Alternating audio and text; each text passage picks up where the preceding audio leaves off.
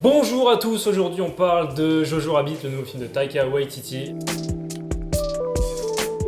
Juste avant de commencer, on va vous demander de vous abonner, c'est important parce que vu le sujet de la vidéo, on risque clairement de se faire démonétiser, donc abonnez-vous. Donc l'histoire ça parle de Janes ou Jojo Betzler, qui est pour les intimes, qui est un petit garçon qui lui veut rejoindre les jeunesses hitlériennes dans les années du coup 40 pendant la Seconde Guerre mondiale, et il a un ami imaginaire qui s'appelle Adolf Hitler. Voilà, au moins on le dit. On va vite fait parler du casting du film, du coup on a dans le rôle titre Roman Griffin Davis qui a été nominé aux Golden Globes. C'est un gamin, il est tout petit. Il a même pas 13 ans. Ouais, et il joue extrêmement bien. On a aussi Thomasin McKenzie qui joue donc une jeune juive.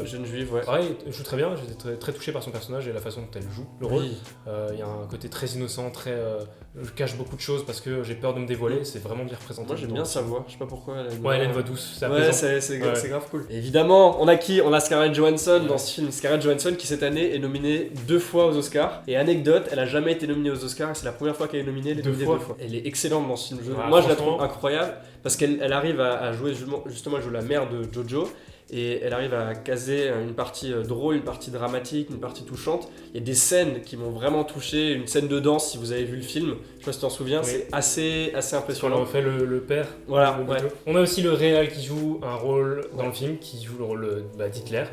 Voilà. C'est assez drôle de voir Taika Waititi jouer dans ce rôle-là. On pense pas à lui quand on pense à ce personnage, mais en même temps quand tu vois, tu te dis bah je vois pas qui d'autre. Et dans les autres acteurs, on a aussi Sam Rockwell qui joue très bien, il a un personnage vachement attachant, surtout à la fin. Il se passe un truc à la fin, tu te dis c'est vraiment cool. Au début du film, en fait il joue un général SS, et au début du film tu le vois comme un méchant un peu, c'est ça. Enfin, comme vu que c'est un SS quoi. Voilà. Et plus t'avances dans le film, plus tu découvres ce personnage via des actions qu'il fait, et tu te rends compte que il est très touchant et il dévoile petit à petit. Très gentil. Voilà. On va enchaîner avec la partie réalisation, donc comme on l'a dit c'est réalisé par Taika Waititi. Et pour cette critique, comme c'est un film qui est nommé aux Oscars, on va décrypter la réal par les différentes catégories de nomination. Parce qu'il en a eu 6. Il y a une nomination en tant que meilleure actrice secondaire pour Scarlett Johansson, meilleur film du coup, et là on va décrypter les 4 autres. Voilà, c'est ça. Voilà, on va commencer du coup par meilleur costume. Parce que film d'époque, forcément il faut des costumes d'époque. Ouais. Donc des uniformes d'époque pour les Allemands. Je pensais surtout meilleur costume. Un costume que vous voyez dans la bande-annonce, c'est celui que porte Sam Rockwell. C'est un truc rose avec des plumes. C'est ultra créatif. J'ai celui de Scarlett en tête, qui est aussi plutôt coloré, avec des chapeaux un peu fantasy. À chaque fois elle change de chapeau sur chaque scène. Les costumes disent beaucoup sur les personnages dans le film. Alors, surtout le personnage principal de Jojo, qui lui à chaque fois, il passe de son uniforme des Younger Old, je sais pas quoi, à plus une petite chemise, comme j'ai là en plus, une petite chemise à carreaux, de chez Kill Bill. Il a aussi un costume tout noir. Voilà. Qui fait plus du Gestapo du coup. Donc il y a les costumes, évidemment, film d'époque, faut recréer les décors de l'époque. Je sais pas où ils ont tourné, je dirais en Allemagne. Pendant quelques secondes, j'ai cru que c'était à côté. Ça ressemble à Colmar, ou Colmar ici quoi. C'est très beau. Vraiment bien foutu. Vers la fin du film, il y a des séquences villages un peu détruits, des scènes de destruction.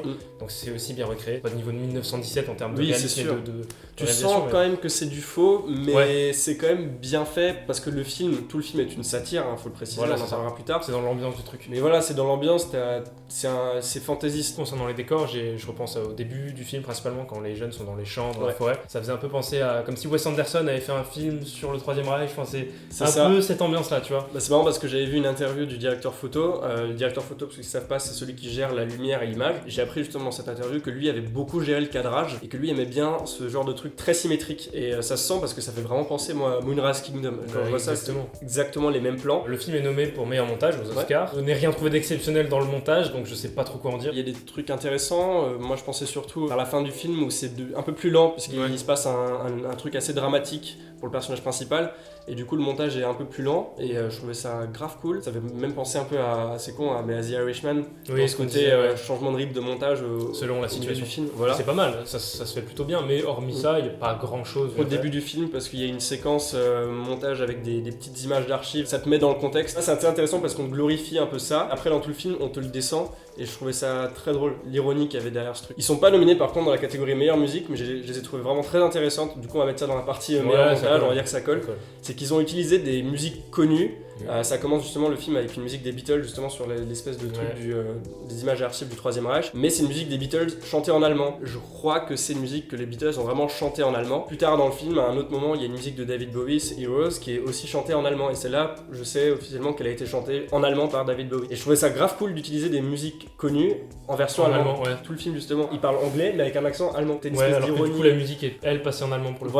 Il est aussi nommé au meilleur scénario adapté parce que c'est une adaptation. À la base c'est un livre qui s'appelle Le ciel en cage, un truc comme ça. Et des trucs qui diffèrent de ce bouquin par rapport à l'adaptation de Taika Waititi. Notamment que si vous avez vu le film, même si vous l'avez pas vu, c'est pas un spoil. Au début du film, Jojo il se jette sur une grenade. Dans le bouquin, il est complètement défiguré, il lui manque un bras. Je crois même qu'il est manchot. Je rigole pas du tout à cause de ça. D'accord. C'est la scène du film qui m'a fait beaucoup rire. La scène du film est très drôle. Du coup, dans le bouquin, il est manchot et en plus, il a 17 ans. Dans le film, il a genre 10-12 ans. Il a juste une petite marque, une petite cicatrice qui est extrêmement drôle parce que dans le film, il n'arrête pas de s'en moquer. Il dit oh, regardez, je suis défiguré alors qu'il a juste une petite cicatrice. Du coup, c'est assez intéressant parce que de ce que j'ai compris du résumé, j'ai pas lu le bouquin, mais ça a l'air d'être un truc assez noir et dramatique. Taika Waititi a quand même pris une œuvre très dark et en a fait un truc très drôle.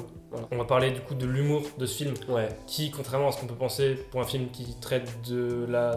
C'est touchy. T'as vite fait de passer dans un truc un peu bizarre, creepy, il marche sur la ligne comme ça, il la dépasse jamais, c'est toujours très juste, très drôle. C'est très intelligent surtout. Il y a un truc que j'ai vraiment kiffé justement dans cet humour, c'est les 15 premières minutes où t'as un espèce de... on va parler dans le montage justement, t'as un montage assez rapide où tu vois les jeunes, la jeunesse hitlérienne, c'est des gamins de 12 ans qui s'entraînent et tout, qui font des trucs et tu vois qu'ils sont tous incompétents et c'est très très très très drôle. Moi j'étais mort de rire parce que c'est que du comique de situation. C'est accentué par le fait que quand tu vas voir le personnage de Sam Rockwell dans ses bureaux, tout son staff c'est des enfants, tu sais, comme si en fait dans l'idée c'est il y a que des gosses qui pourraient gérer ça comme ça. Le film, comme tu l'as dit, il gère vraiment bien la limite entre le film historique, parce que ça parle d'un truc quand même très sérieux, on parle quand même de l'Holocauste et tout, mais d'un autre côté c'est extrêmement drôle parce que on te tourne toute la situation ridicule, on te dit mais en fait ils étaient débiles les gens à l'époque pour penser que les juifs ils étaient pas comme les autres quoi. Et ils en jouent. C'est tout ça en fait le contexte du film, c'est de se dire que les nazis ils sont cons. Il y a un autre point où je voulais revenir sur le scénario, c'est les personnages, surtout la relation entre Jojo et la jeune juive. Les deux se détestent, mais pas vraiment. Certaines ambiguïtés entre les deux.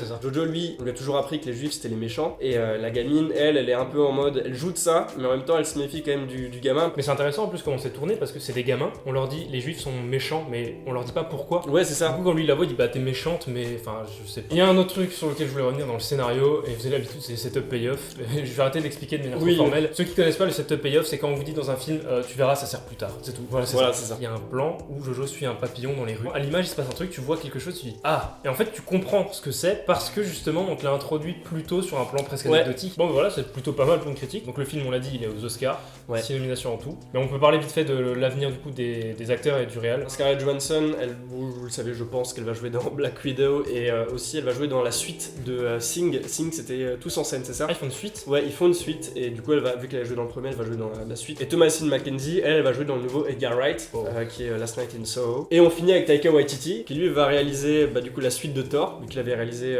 Ragnarok. Il va réaliser Thor Love and Thunder, si je dis très bien avec mon accent anglais. Et il va aussi réaliser, et ça me fait plaisir personnellement, le live action de Akira, le film d'animation japonais des années 80. Maintenant, ce qu'on vous propose de faire, parce qu'on arrive tranquillement à la fin de la vidéo, c'est de vous abonner. Voilà, je suis trop de suspense. Mais il y a des trucs vraiment cool qui arrivent la semaine prochaine et la semaine d'après. Notamment mercredi, il y a une vidéo. On commence mercredi. Voilà, sur les Oscars, ça va être très cool. Il y aura des anecdotes, des trucs intéressants. Et on vous prépare du coup la vidéo sur les Oscars où on fait nos petites prédictions résultats. Ça va être vraiment cool aussi. Et d'autres surprises, mais on n'en dit pas plus. On dit rien du tout. Pas plus. Toi, ce que tu as à faire, c'est nous dire en commentaire ce que tu as pensé du film, de notre critique, si tu es d'accord ou pas avec nous, ou plus rapidement dans le sondage qui s'affiche juste ici. En attendant, nous on vous retrouve bientôt pour de nouvelles aventures. Ciao.